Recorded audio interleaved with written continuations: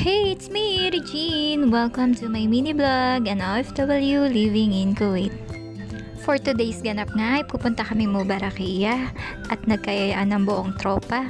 Sumakay nga pala kami ng bus dyan papuntang Kuwait City. Tara, samahan nyo kaming libutin ng Mubarakia. First time nga pala ni Mr. na pumunta sa Mubarakia, kaya naman excited siya. Napakaganda nga naman ng Kuwait City at naglalakihan ng mga building at madadaanan nga pala nga si Mamot kung saan ako nagtatrabaho. Napakagandang mall niyan. Hindi mo na tayo duty for today's video dahil gagala mo na ngayong tagapaglingkod. Nakarating na nga pala kami sa Mubarakia at itong si Kuya hindi na nakapaghintay magpa-picture. Alam niyo ba, Mubarakia ay isa sa pinakamatandang market dito sa Kuwait at nagtitrade to over 200 years. Grabe, ang tagal na niya. At pagpasok nga namin sa loob ay bubungad sa inyo ang kanya-kanyang tindahan. Halos nandito na lahat sa Mubarakia. May bilihan ng damit, pabango, at meron din bilihan ng pagkain. At isa nga dito ang pinunta namin na yung pagkain. Nako, mga nagugutom na. Alas 3 na kasi ng hapon yan. At naghahanap na kami kung saan kami kakain at ito na nga. At nakahanap na nga kami ng makakainan. Hi Baba! Eto nga, nakapasok na kami at tamang-tama walang tao at solo namin ang taas. Nakahanap na nga kami ng mauupuan at ready to order na. Hindi na ako makapaghintay na makapili ng pagkain. Ang sarap! A few moments later. Eto na nga yung tinapay. Naku, napakalaking tinapay. At lahat nga kami nagulat. Ang laki-laki talaga niya, pati nga yung mag-asawa natuwa.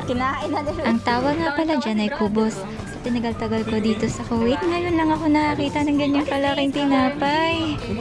Arabic food nga pala yung in-order namin. Ito yung mga sikat na pagkain dito sa Kuwait.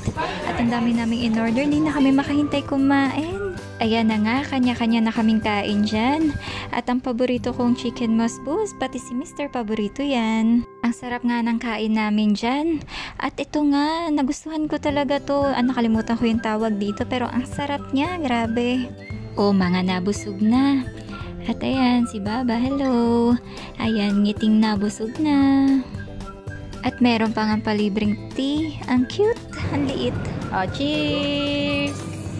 Nang matapos nga kumain ay umpisahan na nga namin maglibot-libot at syempre mawawala ba naman yung pictorial dyan.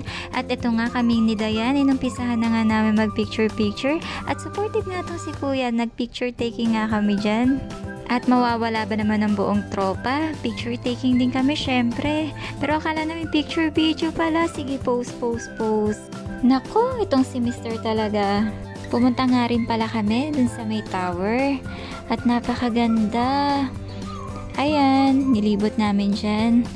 At maya-maya nga lang ang mag-asawa. Bye! Ang sweet! Sana all! Naupo nga muna kami saglit dyan. At iba nga talagang saya pag magkakasama kami. Hala, sige turo. Fast forward, naglalakad na nga pala kami dyan at dahil pupunta kami sa bilihan ng karne, etong si Kuya magluluto ng beef kare-kare. At ito nga pala si Kuya Dennis. Hi Kuya, may YouTube channel din siya. Please like and share, subscribe.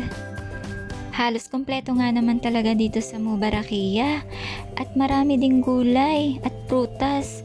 At napaka-fresh nga rin talaga. Tingnan mo naman, ang sarap kainin.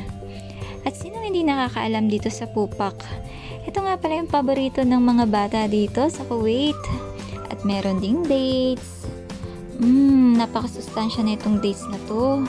Maraming klase ng dates. Merong dried, meron ding minatamis. At meron ding nakapreserve. Diba? Itsura pa lang at ang sarap na. At ang dami nga namang iba't ibang klase ng nuts. Meron sila dito. Halos hindi ko na nga rin alam ang tawag sa mga nuts na yan. Pero napakarami at mukhang masarap. At ito nga pala yung delicacies dito sa Kuwait. At meron din makukulay pero hindi ko alam ang tawag sa kanila. Pero alam ko ito yung mga nilalagay sa pagkain.